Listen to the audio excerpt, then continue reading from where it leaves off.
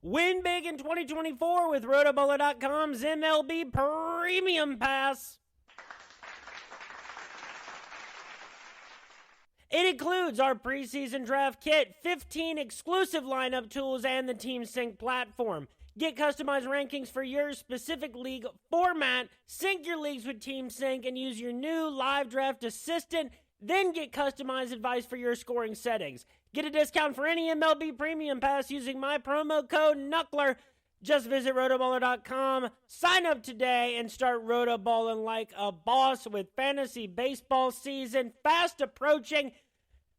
This podcast is also brought to you by Parlay Play Fantasy Sports. Use my referral link and referral code RotoBrady. Get that sweet, sweet deposit bonus. Getting those player prop parlay contests, free contests, paid contests coming to a state near you.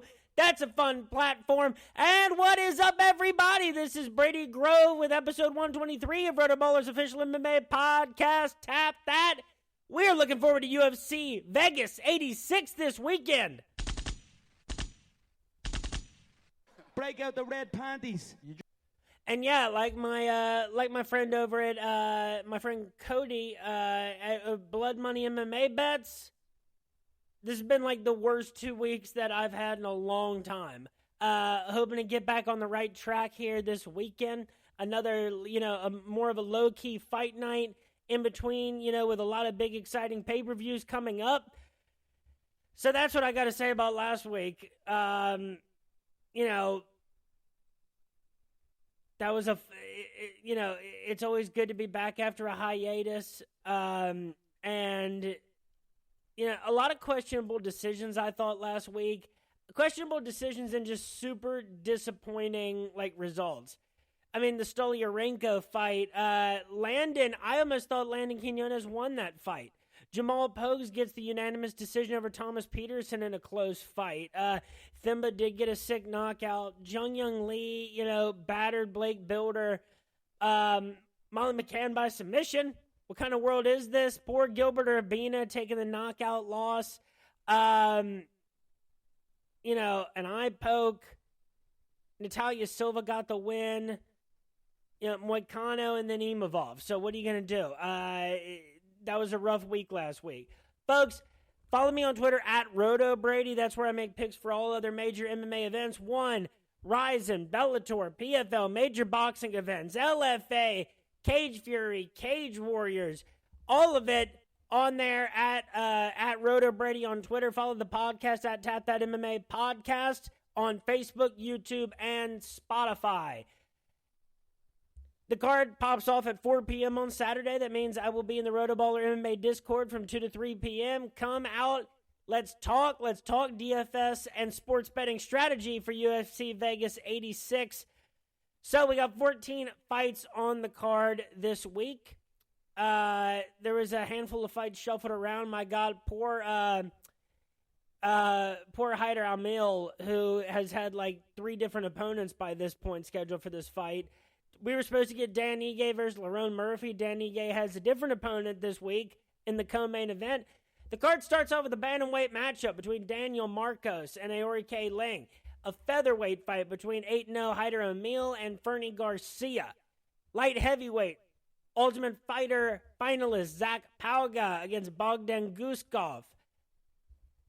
Welterweight, Jeremiah Wells and Max Griffin. That's going to be a fun one. Devin Clark and Marcin Prachnio at light heavyweight. Strawweight, Bruno Brazil and Loma Luke Boonmay. Timothy Kuwamba, who just had a really recent win at lightweight against Balaji Oki. Welterweight, Carlos Paredes against Trevin Giles. Middleweight, Rodolfo Vieira and Armin Petrosian. Lightweight, Michael Johnson at 21-19, a UFC long-tenured veteran against Darius Flowers. Middleweight again, Brad Tavares and Gregory Rodriguez. They're number 28 and 22, respectively, in the world in Tapology. Another middleweight fight, Robert Brichek against Ihor Potieria. The co-main event at featherweight, Andre, worst nickname in the game, Touchy Feely against Dan Ige. And the main event, a welterweight matchup between 2 top 15, top 20 middleweights in the world, Jack Hermanson and Joe Pyfer. Let's get right into it. Daniel Marcos, the minus 275 favorite. Aori K. Ling, the plus 220 underdog. Aori K. Ling, a guy that I have liked to root for in the past for sure. I like guys that came from the regional promotions that he did. Hell, he's won 3 of the last 4 fights, with the only loss being to Ayman Zahabi by first-round knockout. He's coming off a unanimous decision win with 44 strikes to Johnny Munoz's 7, with a knockdown and 2 takedowns to Johnny Munoz's 4. The other wins came against Jay Perrin and Cameron Else. Okay. Very respectable losses. Like, he just can't get past a certain lower to middle tier, level of this division, because he also lost to Cody Durden and Jeff Molina coming into the UFC.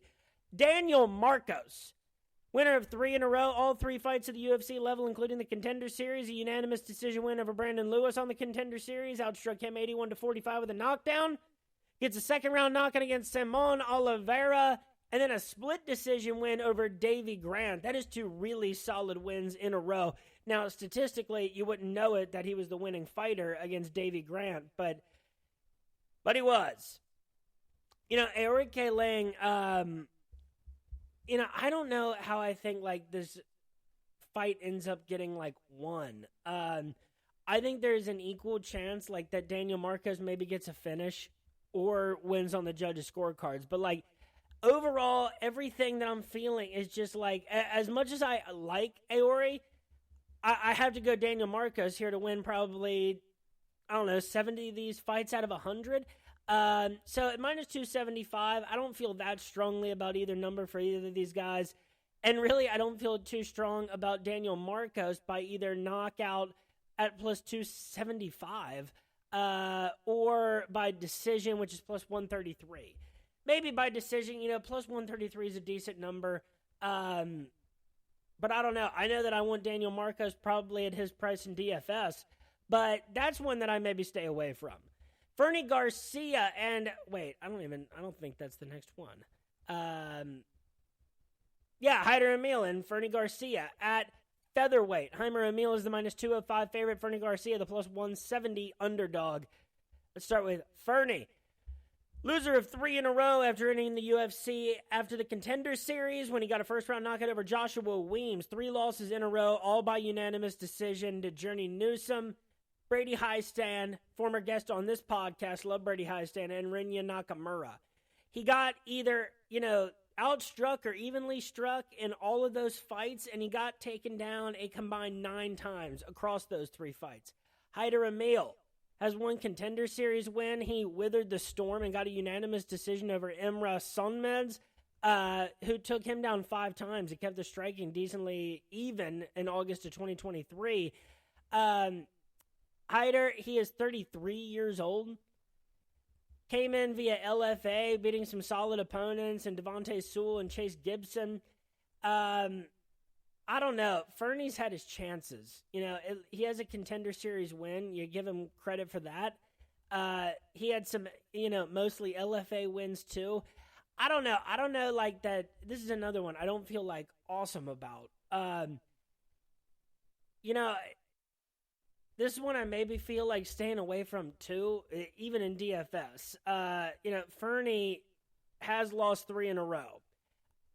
And, is Heider Emil going to get, a couple of takedowns against Fernie Garcia? Maybe he just goes ahead and does it because that's what the formula of success has been against Fernie Garcia. But, I don't know. I feel less strong about this one, too. Minus 205. I think Heider Emil probably wins this fight 60 to 65 times out of 100.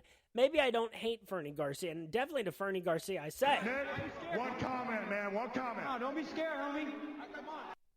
I think this is a close fight. You have a Contender Series win just like he does. You just have 3 losses in the UFC against 3, pretty solid opponents. So I don't know. I guess I prefer Fernie at plus 170. And, I think that this fight ends up going to the judges' scorecards. I would say, this fight to go to a decision is minus 200. I don't hate that number. And for Garcia to win by decision, plus 300. Emil to win by decision, plus 110. I like both of those props. I think that I want to stay away from these guys in DFS. One, because of the uncertainty of the fight. but also I don't think that this will end up being a statistically significant scoring fight for the purposes of DFS. Next up, we got Zach Palga and Bogdan Guskov. Zach Palga is the minus 122 favorite. Guskov, the plus 102 underdog. Let's start with Guskov. Guskov, 14-3 as a professional, 31 years old, coming out of Uzbekistan. 12 career wins by knockout, 2 by submission, 0 by decision. And this is a weird one, right? Because, like, he fought in that Murdoch Professional League that is recently started over in Uzbekistan. He was in MMA series as a promotion, for his 3 fights before in the UFC. And he lost by a rear naked choke to Volkan Oezdemir September of 2023 at UFC Fight Night. It's so weird when you come in from, an organization or several organizations that you got to question a little bit, especially when he's knocking everybody out in the first round before he comes to the UFC. And then he gets subbed by a really good opponent. What are you going to do? That's a weird one.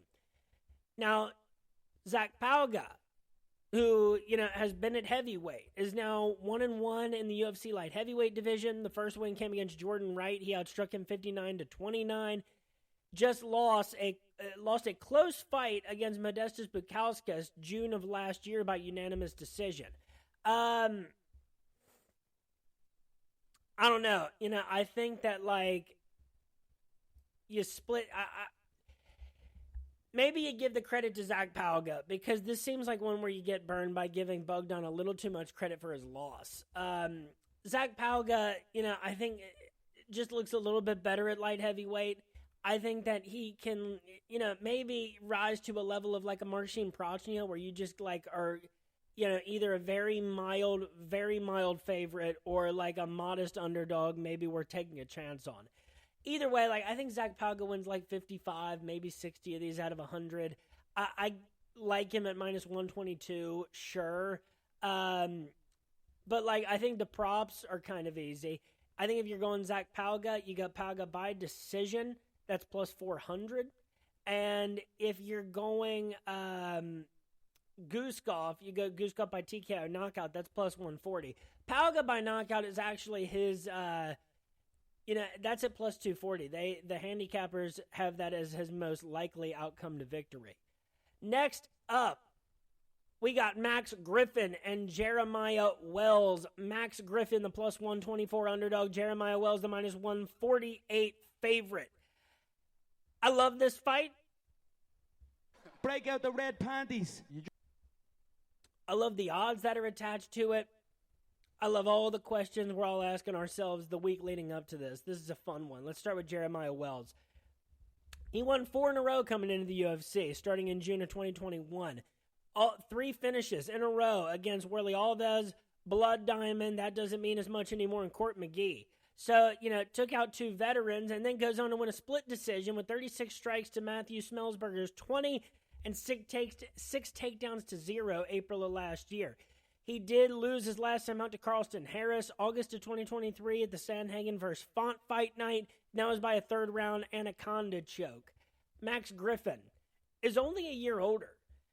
And Max Griffin has been in the UFC since August of 2016. Fought the likes of Colby Covington, Elizu Zaleski, Mike Perry, Curtis Molinder, Thiago Alves, Morono, Oliveira, Condit. And this is where we, should really pick up. Because, he did get the first round knockout win in March of 2021 against Song Kenan. Then it was all decisions, going 2-2, a win over Carlos Condit, and a win over Tim Means October of 2022. A split decision loss to Neil Magny in a really close fight. And then a unanimous decision loss to Michael Morales his last time out. That's 4. Yeah, all right. That's 3 really strong opponents the last, few times. Carlos Condit was retiring July of 2021. So, big old grain of salt attached to that one. The Tim Means fight is close enough to where that still means a lot to me. And he looked really good in that fight. I remember distinctly that was a fight that I was on Tim Means for. Jeremiah Wells, the Matthew Smellsberger win is meaningful, but Max Griffin is kind of a different animal. Max Griffin is tricky every time out, and he's gotten some wins against some strong opponents in his career, and he's fought a lot of the toughest at this weight class over, what's now approaching 10 years. He got, pretty pieced up by Michael Morales for sure. The Magny fight was close, too. That was only a split decision loss. I would tend to go here that I think this is a 50-50 fight. And, there's been a lot of debate about this. I side with that this is virtually a flip of a coin. With that, give me Max Griffin plus 124. Hit it. As far as outcome, Max Griffin, I think, has found his way to winning by decision, over these last few fights. And, I think it's going to go to the judges' scorecards either way. The only fight that he hasn't had go to decision since November of 2016 was his first-round knockout victory over Kenan Song. Maybe I think you go Griffin by decision. I think maybe that's the prop that makes the most sense, plus 400. But Wells, either inside the distance, plus 200, or by decision, plus 225. The odds makers tend to agree. I think those are the most likely outcomes to victory for Wells, so I think you split it up. I see that if either of these guys are in the $15, $16 range on DFS, I could definitely see owning a combination of them this weekend. Next up, we got Devin Clark and Marcin Prachnio at light heavyweight. Devin Clark, the minus 238 favorite. Marcin Prachnio, the plus 195 underdog. Look, my initial instinct from the last few fights from both of these guys, Marcin Prachnio. Don't do this. You cannot do this, And I say that a little bitter because Marcin Prachnio is a guy I feel like has been at plus 195 or plus 210 the last, 8 times out. I'm exaggerating, but still. And I feel like it's always, the fights have been close and within his reach. And I feel like he's disappointed me a majority of the time. Let's hop in with Marcin Prachnio. Because really, this is and I think he's had some fights canceled too. But, the last 5 fights for him, he's actually won 3. Including a win over Khalil Roundtree, January of 2021. This is the issue that always gets me, is the wins over Ike Villanueva and William Knight. The win against Ike Villanueva means nothing, at least, now. He's fought guys you lose to Sam Alvey in your debut, but then, you also lose to Magomed Ankalaev and Mike Rodriguez, and then you beat a Khalil Roundtree. It leaves me, it's so inconsistent with Marcin Prachnio. 2 losses in his last 3 fights. He did piece up William Knight, who I did not give enough credit to over the last couple of years at least. But the losses came to Felipe Lins, who took him down 4 times, and Lins got outstruck 64-74, but it was enough for a unanimous decision. Last time out, he gets arm triangle choked in the 3rd round, a fight that he was probably losing anyway to Vitor Petrino. Devin Clark, born in 1990, he will be at a 1-inch reach advantage. Devin Clark has now lost 2 of the last 3. He's 2-2 in his last 4. And this is a guy, too, that has, gotten some good wins and really hasn't had, a ton of bad losses. Look at his last 6 losses. Alexander Rakic, Ryan Spann, Anthony Smith, Ian Kudalaba, Azamat Murzakanov, and Kennedy Nchekwa. Wins in that time. Daquan Townsend, Alonzo Minifield, by unanimous decision. A 3rd-round knockout win over William Knight, and a unanimous decision victory over Da Woon Jung.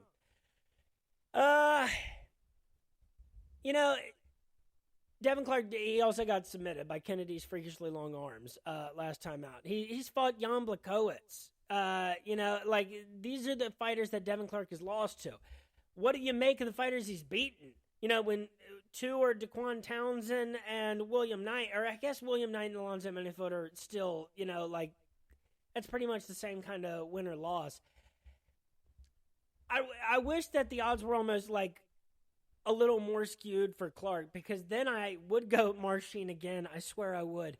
I just think Devin Clark, minus 238. that just seems a little much for Devin Clark. You know, like, he hasn't been like a takedown monster or anything like that. Do I think Prochnio can maybe keep the striking close? Yeah, I'm going to do it again. I swear to God, I'm going to. Look, I think that, like, Marcin Prochnio takes 40 of these. Give me plus 195 for Marcin Prochnio. Hit it. I might regret this greatly. But this isn't about who I think is going to win the fight the majority of the time. This is about the value on the number. And, you know, Prochnio, I probably think that he wins this fight by decision. I just don't think either of these guys are all the way good enough to put the other away when, you know, I mean, Prochnio, you can put him away. It just takes a little bit more skill or speciality. I think Devin Clark is the more likely of the two to get like an inside the distance victory. But maybe I stay away from that and I just go with Prochnio to win.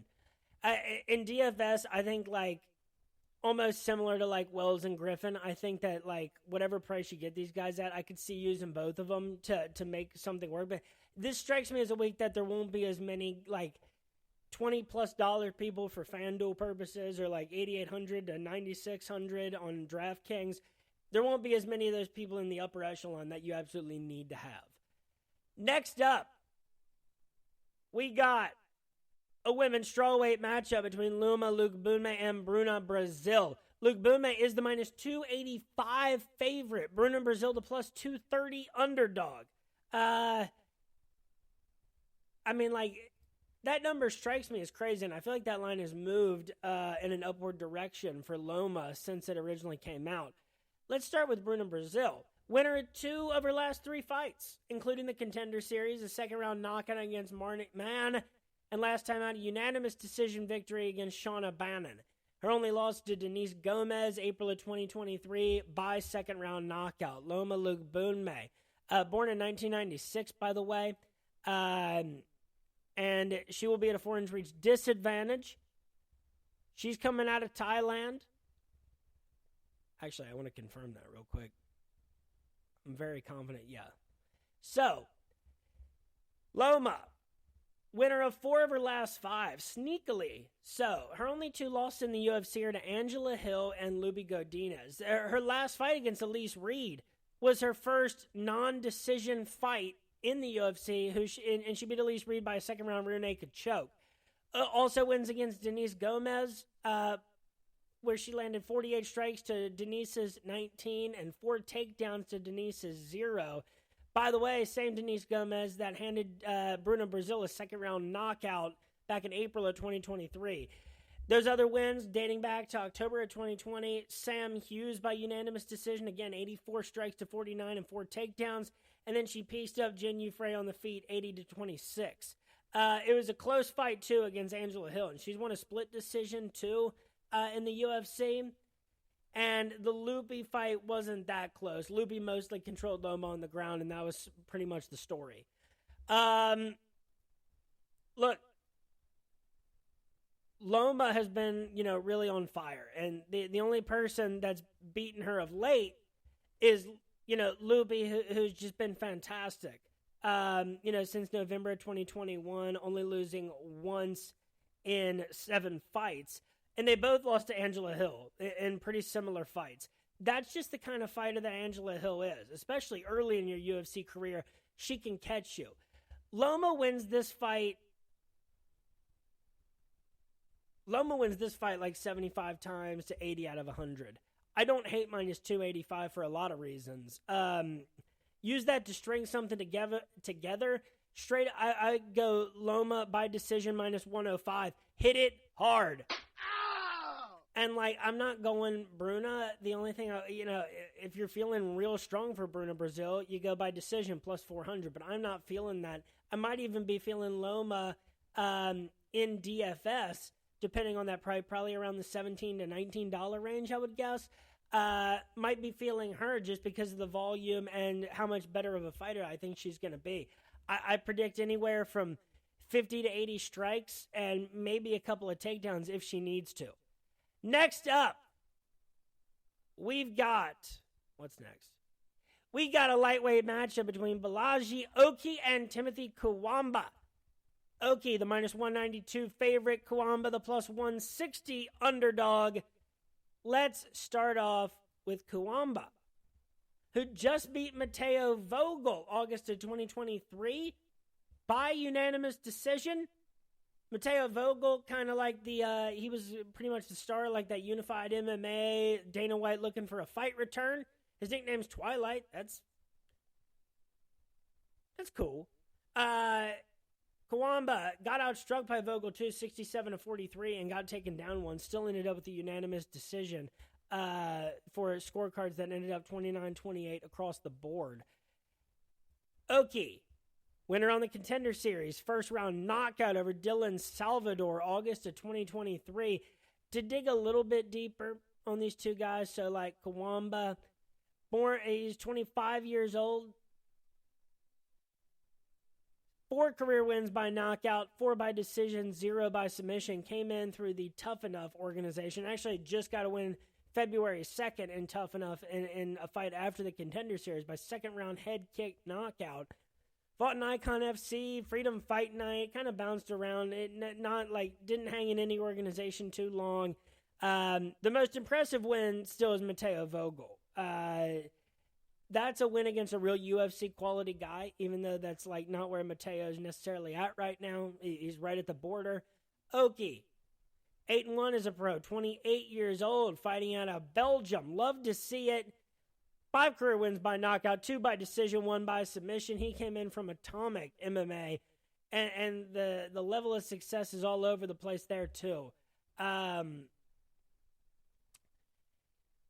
Kawamba, I mean, he won by decision on the Contender Series. I don't know. I think this is a fight that kind of forces both these guys to look to put each other out early. These are not really, by unanimous decision fighters for the most part of late in their careers.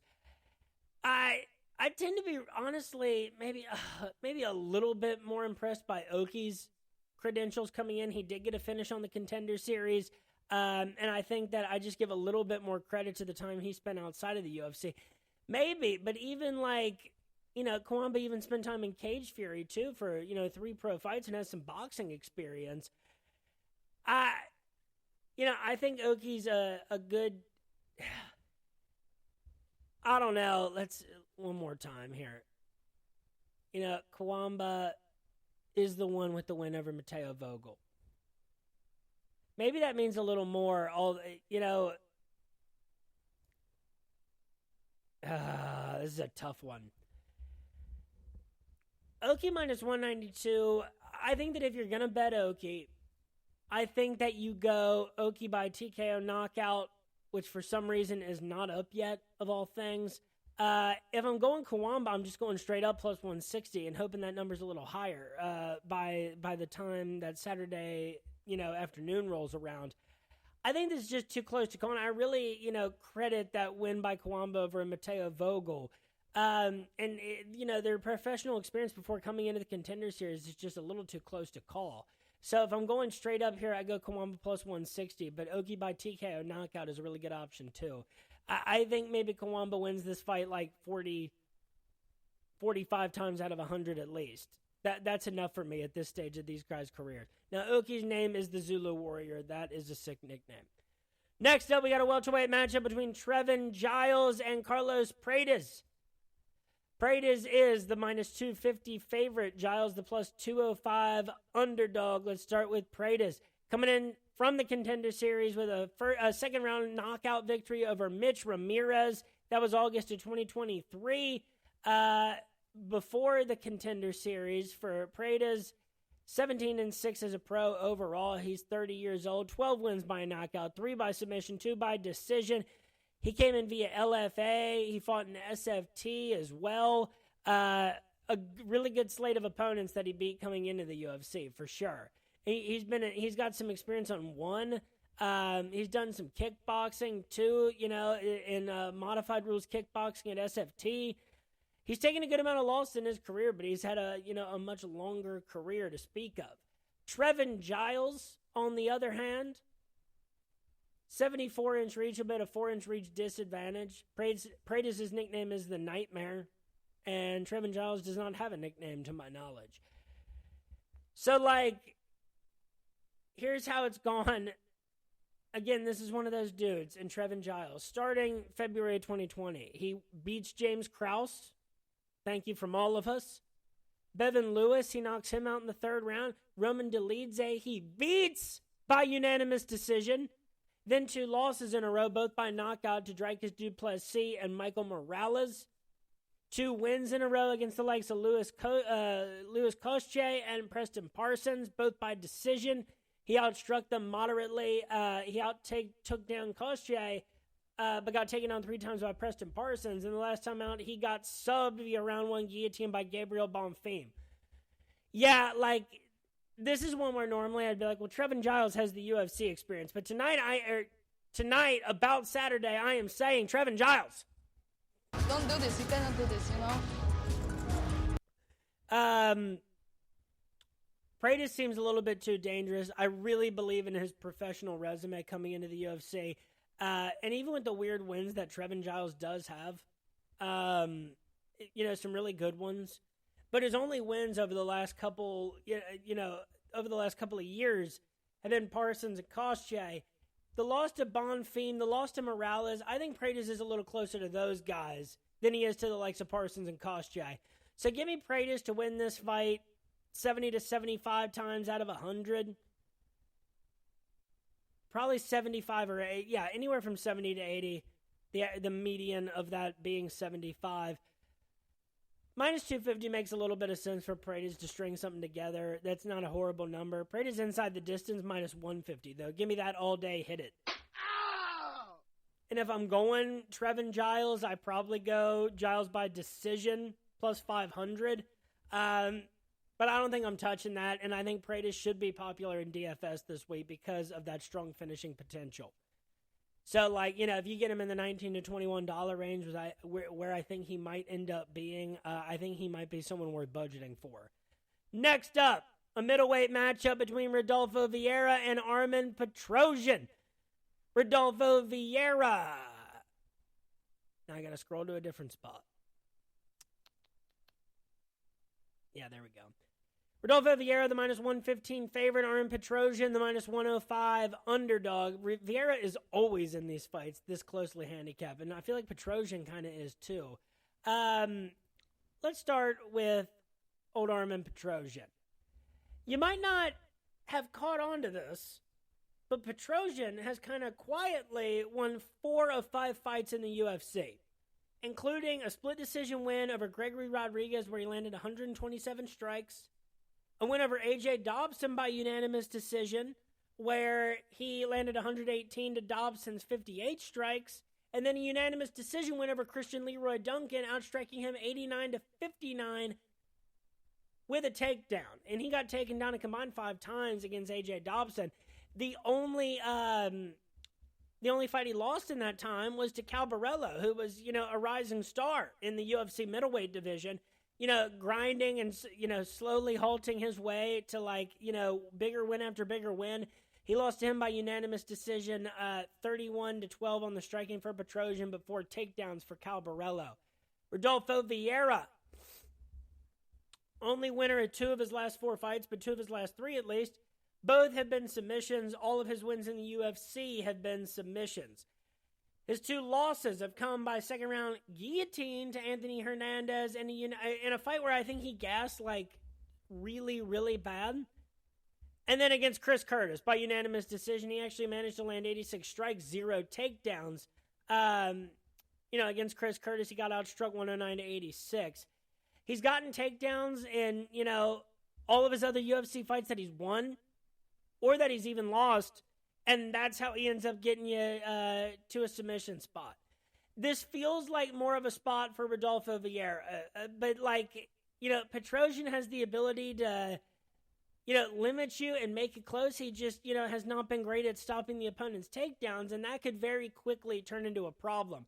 So, Vieira, I think, wins this fight probably 55 times out of 100 because I think he has the greater finishing potential of the two. Minus 115. I would say hit it, but I'd say, wait, don't just hit that. Hit Rodolfo Vieira by submission plus 165. That's how he would have won anyway, and you're giving it to me at plus money? Hit it! If I'm going Petrosian, you go by decision, because that's how he's won, his last 3 fights in the UFC. And I think that if he does win by decision, it looks very similar to, the Rodolfo Vieira-Chris Curtis fight, where, maybe it's even a little bit slower because that's how Armen Petrosian would probably benefit from as opposed to Chris Curtis. But, maybe 89 to 60 in the striking, something like that, similar to a couple of his last fights, and just able to use his striking and use control of the octagon possibly. Just using whatever tactics you need to stay off of the ground with Rodolfo Vieira. That's how that looks for Armen Petrosian. And Petrosian by decision too is plus 300. So I think plus 300 for Petrosian. Vieira by submission plus 165. I could see using either of these guys in DFS, but depending on the price Rodolfo Vieira's on, if you can get him in the 15 to probably $15 to $16 range, I'd say that is an affordable, value number. Next up,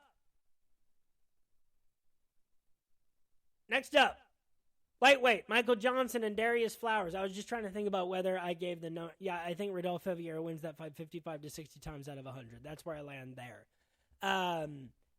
If only Armen was at plus money, I'd feel a lot better about that. But Michael Johnson and Darius Flowers at lightweight. Michael Johnson is the minus 142 favorite. Darius Flowers the plus 120 underdog. Michael Johnson. Actually, I'll start with Darius Flowers. He's less fun to talk about. A win in the Contender Series against Amaran Gogoladze, August of 2022, that came via an injury to Gogoladze. He lost his UFC debut by second-round rear naked choke against Jake Matthews July of last year. Michael the Menace Johnson, still a winner of 2 of his last 4 against Alan Patrick by second-round knockout against Mark Dikashi, I believe is how that is pronounced, by unanimous decision December of 2022, though. Lost 2 of his last 3 against Jamie Malarkey, pieced him up on the feet, although Michael Johnson did end up landing a knockdown. That's why it was a split decision. And then he got knocked out in the second round against Diego Ferreira May of last year. You want to go back to March of 2019? Michael Johnson has lost 6 of his 8 fights. But I'm not impressed by your performance, and I look forward to... Darius Flowers, you're the underdog. With Michael Johnson having been born in 1986, his first UFC fight was December of 2010. He's had so many fights against the greats: Tony Ferguson, Joe Lozon, Melvin Gillard, Edson Barboza, Beneil Dariush, Nate Diaz, Dustin Poirier, who he beat, Khabib Nurmagomedov, Justin Gaethje, Darren Elkins, Touchy-Feely, Josh Emmett, Stevie Ray, Thiago Moises, Clay Guida. I think that still this is a fight that Michael Johnson can win. I don't love Darius Flowers at all.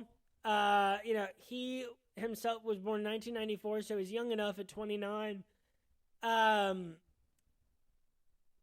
couple of LFA wins before coming into the UFC, but plenty of losing too, and in the boxing world as well, previously in his career. He did, take a loss to Bobby Volker, at Shamrock FC 2018. He's been fighting pro for, a decent amount of time. But just with Michael Johnson being able to get a win 2 times out of 4, since 2022, that is enough for me to still believe in Michael Johnson. Darius Flowers, how do I think he loses this? He's never lost by decision. But I don't think you need to do that, really. I don't think you need to pick a prop here. I think Michael Johnson wins this fight 65 times. Maybe 70 out of 100. I like minus 142. It's just, I don't love it from either side here. Because of Darius Flowers' inexperience and his underwhelming, exposure to the UFC level. Michael Johnson, for how many fights he's been in, his fights are entertaining. this guy's a warrior, but at the same time, this guy has taken so much damage. He's fought in so many high-level fights against so many of the greatest at his weight over, north of a decade, that the questions are just going to get more and more, foggy as time goes on for Michael Johnson. Minus 142, I like it. I don't love a prop here. I think maybe I do go, if I'm picking one, Michael Johnson by decision. That is plus 450. Inside the distance is plus 130. I think he can end up, Johnson by TKO knockout plus 140, I probably prefer. And I think you probably got to do the same for Darius Flowers, who has 8 of his career 12 wins by knockout. And that number is plus 165. I think that's where you go with either of those two, but I'm comfortable with minus 142 for Michael Johnson. Next up, we got a middleweight matchup between Brad Tavares and Gregory Rodriguez. Brad Tavares, the plus 205 underdog. Gregory Rodriguez, the minus 250 favorite. Just a year ago, that number would not have been there. There's no way. And even right now, Brad Tavares, winner of 3 of his last 5 fights, against Antonio Carlos Jr. by unanimous decision.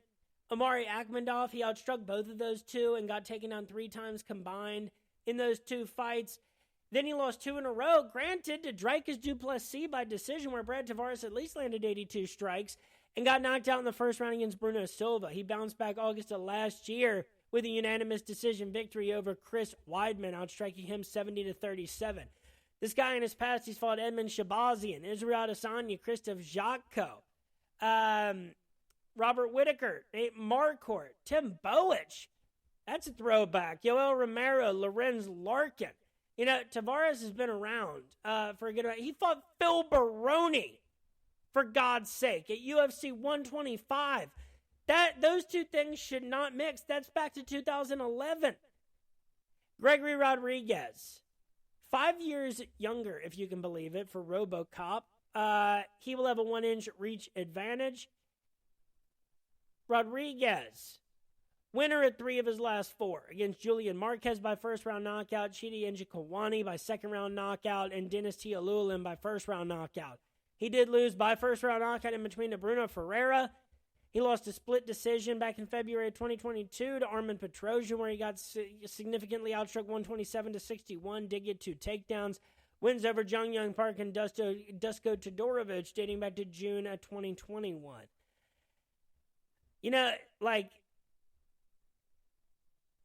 I just have no idea what a win over Chris Weidman means for Brad Tavares at this point. Tavares, every time he had a chance to jump up or catch somebody, maybe a little early, it never really worked out. He's always, had to hover around, not ranked, right inside the top 15. The Weidman win just cannot mean much to me. And getting knocked out in the first round by Bruno. So at least Brad Tavares is just a little bit more predictable. There's a level of competition he competes against and a level that he can't. Gregory Rodriguez has been all over the place. Loses fights that he shouldn't. And always comes back with knockouts. He's only won his first UFC win against Dusko was by decision. The rest have been by knockout. So I think that's where I'm going to go. I think that Rodriguez wins this fight probably 65 to 70 times out of 100. I don't love minus 250, but I don't love my plus 205 for Brad Tavares. I don't feel good about him. I feel much better in Gregory Rodriguez, especially in knowing that, if I'm going Tavares, I'd probably go by decision plus 450. That's probably the best number. Rodriguez, by decision is plus 200, but by TKO knockout, that's plus 165. I think both of those are solid numbers. You can't just most people don't just keep winning by knockout for the rest of their career. But with Rodriguez and with the level of competition RoboCop has been facing, give me Gregory Rodriguez by TKO knockout plus 165. Hit it. And next up, we only got 3 fights left on this 14-fight card. Robert Bridgechek against Ihor Potieria at middleweight. Potieria is the plus 136 underdog. Bridgechek is the minus 162 favorite. So let's start with Ihor. I'm going to go with Ihor, Young Frankenstein style. Ihor, loser 3 of his last 4, 2 in a row. I will credit him, no fights have made it to the 3rd round. He's either gotten a knockout or gotten knocked out. One was against Shogun Rua, January of 2023 at UFC 283. The other was in the Contender Series. Now, the Shogun win, don't let it cloud you. That was a fight that I picked Ihor to win by knockout at the time because Shogun was not Shogun anymore. That name carries weight. But I think as we're seeing as time goes along for Ihor, it does not matter a ton. Carlos Ulberg is a guy that can knock out a lot of people in the first round. Nikolay Negumereanu, that was a knockout in the 2nd round. Ihor's had a really hard problem, 1, staying conscious, and 2, outlanding his opponents in a meaningful way outside of the Shogun win. And so Negumereanu, Ulberg, and then Rodolfo Beato, last time out December of 2023, pretty recently. Ihor. But I'm not impressed by your performance, and I look forward to... It's just a shame. I should be able to look at a Shogun win and say, well, he's beaten Shogun. But I just look back at that and say, oh, Shogun lost to Ihor Potieria. It was time to retire. Robert Bridgechek, on the other hand, we got to go. There's no UFC stats or experience to talk about. This guy is coming in from Poland. He's 17-5 as a professional, 33 years old. He appears to be a physical specimen. I'll give him credit for that. Is that the Czech Republic? No, he's Polish. Currently ranked 125th in the world at middleweight according to Tapology. 11 career wins by knockout, 1 by submission, and 5 by decision. He came in from Octagon. I love the Octagon ranks. 3 wins in a row there to close out his pre-UFC career. He was not a champion there, but, he did some major against opponents who had a combined record of, 35, 18-1, 51, 23-1. So that's, solid record coming in. And he finished 5 opponents in a row in the first round in the ranks of Octagon, FEN, and MMA Attack. So, to come in with 3 first-round knockouts against opponents with really good record, including a win over Lee Chadwick, dated all the way up to July of last year. He had a couple of fights canceled in the UFC. It was going to be Jacob Malkoun and Albert Duraev. And I think that Duraev was supposed to be the guy that he was supposed to fight this week. I think that, that kind of shows what the UFC thinks about this guy's talent. And I tend to agree. I think if you give a guy that seems to have some promise, like a guy like Robert Bridgechek, and you put him against a guy like Ihor, they're both putting people away or getting put away, and that's really not even how it's been for Bridgechek. Most of his career losses have been by decision.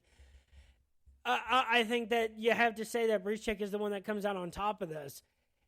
Bridgechek minus 162. I think he wins this fight 70 to 75 times out of 100. Hit that. But also, I think he goes Bridgechek in DFS, too. I think he is very much in play because of the knockout probability here. By TKO knockout for Bridgechek is minus 125. Hit that, too. If you're going Ihor Potieria, notice I keep switching it up. By TKO knockout plus 180, I think that is an accurate number. And it shows exactly how they think this fight is going to go down when both guys to win by TKO knockout as minus 125 for the favorite and plus 180 for the underdog. This fight is not going to decision. That's reflected in the odds. That's minus 1,200. The question is under 1.5 rounds, minus 305 even. I'm seeing it at minus 260 some places. Give that a look, though. Now we are to the co-main event of the evening.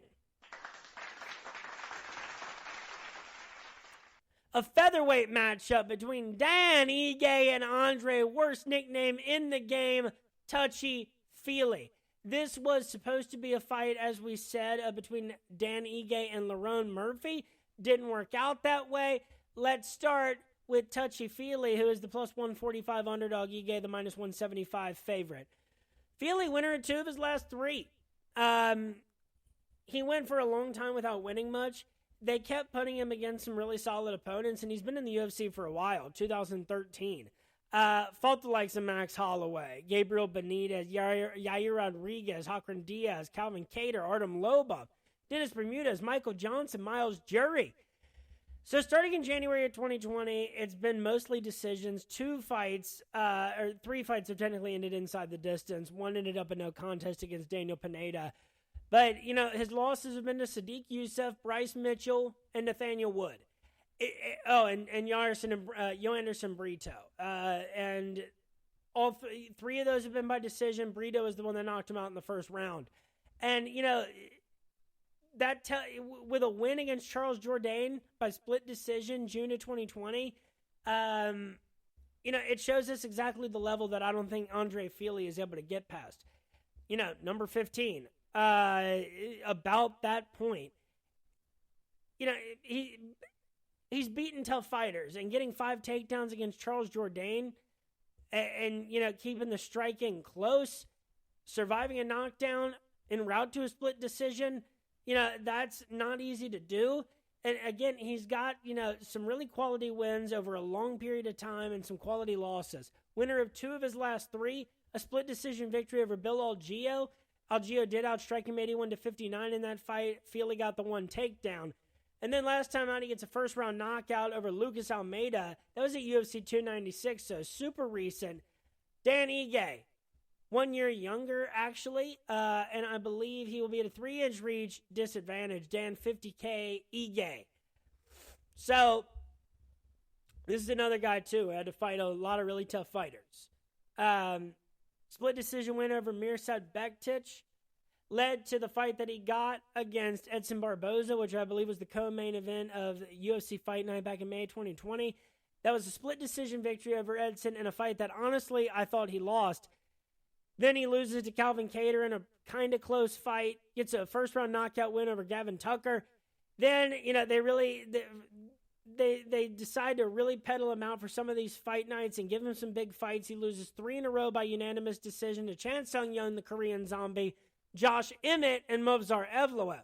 He's now won 2 of his last 3 fights, a second-round knockout win over Damon Jackson January of last year, and a win over Nate Landwehr by unanimous decision June of last year. He is coming off a loss by unanimous decision against Bryce Mitchell, who was able to take him down 5 times.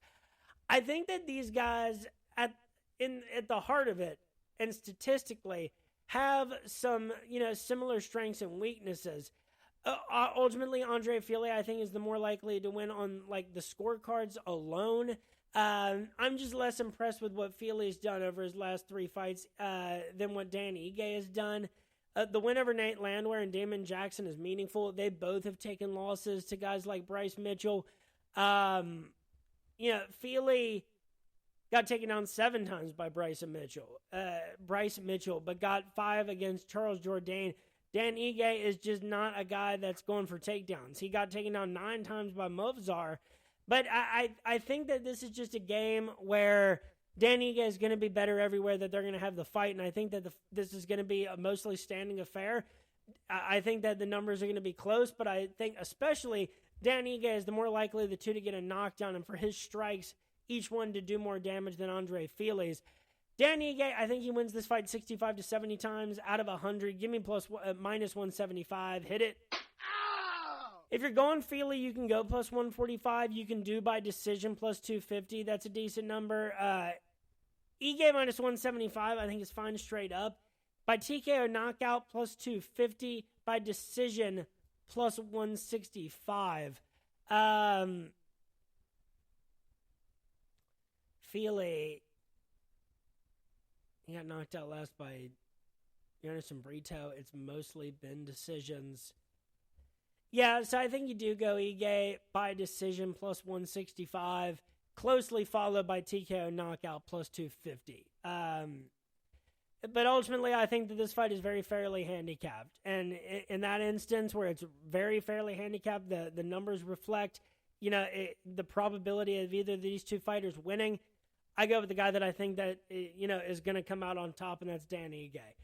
Now we are to the main event of the evening of UFC Vegas 86. This is going to be happening Saturday night. It's a middleweight matchup between Jack Hermansson and Joe Pyfer. Break out the red panties. Hermansson, the plus 210 underdog. Pyfer, the minus 258 favorite. Let us start with Jack Hermansson. This is a guy, too, he's been in the top 10, top 15 at least, but, mostly top 10 for a long time. Back to that mini, middleweight Grand Prix that they had to do to find challengers for Israel Adesanya. Going back to, April of 2019. Hermansson gets the decision victory over Jacare Souza, outstriking him 148-90 with 3 takedowns. Then gets knocked out by Jared Cannonier. He gets that heel hook in a handful of seconds against Kelvin Gastelum, UFC Fight Night Figueiredo versus Benavidez. That was in July 2020. Then he loses a unanimous decision to Marvin Vettori. And I believe that is how Marvin Vettori... now, he had one fight against Kevin Holland before he fought Israel Adesanya. But that was part of that mini Grand Prix, sort of. Marvin Vettori had to outstrike him 164-122. Hermansson was the one with the 2 takedowns in that fight. Then he gets the UD over Edmund Shabazian, a fight where he, it's 55-40 on the striking with 3 takedowns for Hermansson. But I remember that being a lot more of a battering than those numbers reflect. Gets outstruck by Sean Strickland. UFC Fight Night February 2022, loses a split decision to, the former champion. His last win was a thorough working of Chris the Action Man Curtis that Chris was none too happy about. July of 2022, by unanimous decision, 100-43 on the feet. Then against Roman Dolidze, a fight that he was winning, outstriking Roman 47-25 with 2 takedowns until Roman uncanned a knockout in the second round. But that was all the way back in December of 2022 for Hermansson. Born in 1988 with a 77-inch reach, Pyfer will be at a 2-inch reach disadvantage, but he was born in 1996. He's a year younger than me, and his nickname is Body Bags. Pretty sick. 4 wins in a row at the UFC level, counting 1 Contender Series win. He lost in his Contender Series debut to Dustin Stoltzfus by first-round knockout, August of 2020. Bounces back, finds his way back to the Contender Series following, mostly, what was that? 1 Cage Fury fight. That's all it took to get back to the Contender Series. Obviously a Cage Fury win. So he got a second-round knockout victory over Ozzy Diaz in the Contender Series. Then September of 2022, a first-round knockout over Alan Amadovsky. Competition steps up over the last 2 fights. He gets a first-round knockout over Gerald Mearshart, and then a second-round arm triangle choke against Abdul Razak Al Hassan, outstriking Razak Al Hassan 26-11 with 3 takedowns. This is a big move for Joe Pyfer. Jack Hermansson is a guy that has only fought, the top contenders at middleweight dating back to September of 2019. I think at least, and that's if you're not counting Jacare at that point, you probably wouldn't. And he's gotten some wins. Edmund and Chris Curtis and Kelvin Gastelum, they were ranked guys at the time. And Sean Strickland ended up becoming a champion. Marvin Vettori fought for the championship. And Roman Dolidze, I don't know. That guy can knock people out. The jury's kind of out on him, especially after this past weekend. But, Pyfer, on the other hand, he is one of the rising stars of this middleweight division, a quick rising star, in a division that has a handful of core prospects that you got to feel like are going to be on a collision course at some point. And, knock on wood, I said that about a handful of other guys, most notably Chris Daukaus and Tom Aspinall. I was wrong about that.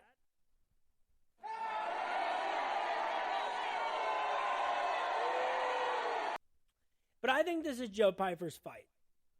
It's proven really easy against the likes of Gerald Mearshart and Abdul Razak Al Hassan.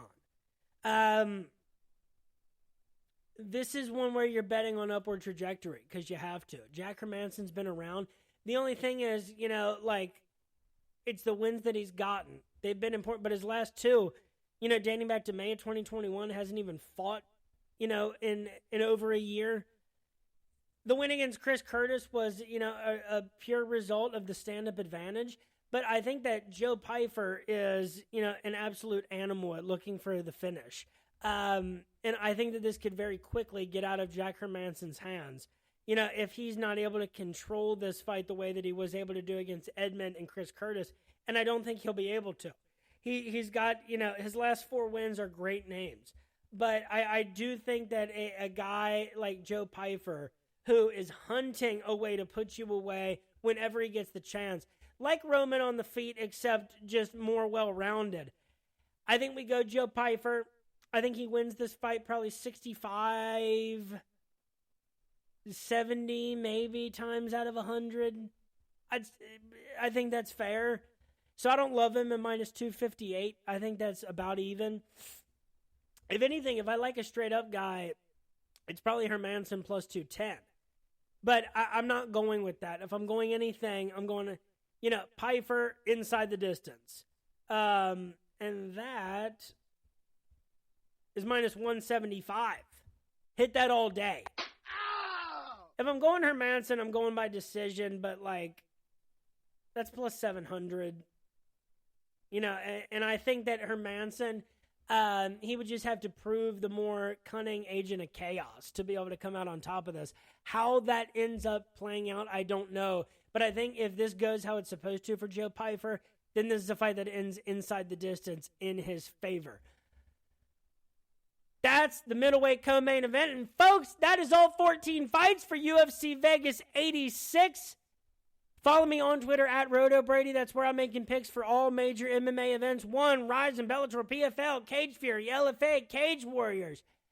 Everything on UFC Fight Pass. Major boxing events. I'm making picks for that on Twitter at RotoBrady. Follow the podcast at Tap That MMA Podcast on YouTube, Facebook, and Spotify. We're over 100 likes and about 85 followers on Facebook. Come find us there. The card starts at 4 p.m. on Saturday. That means I'll be in the RotoBaller MMA Discord from 2 to 3 p.m. doing the DFS/sports betting Q&A. Show up. Let's talk about UFC Vegas 86 and what you're doing for your DFS lineups and your betting card for the night. And that's what I got. We got more interlude episodes coming up with the spring football season fast approaching. But otherwise, it's about to get wild with some of these UFC cards, especially once we're hitting, UFC 298, 299, 300. Hopefully I'm going to be able to have some guests from the past to tap that, maybe some guests from around the MMA media community on here beforehand to talk about those cards. Folks, thanks for listening to RotoBaller's official MMA podcast, Tap That, me, RotoBrady Grove. Have yourselves a good night, a great weekend. Enjoy these fights, and peace.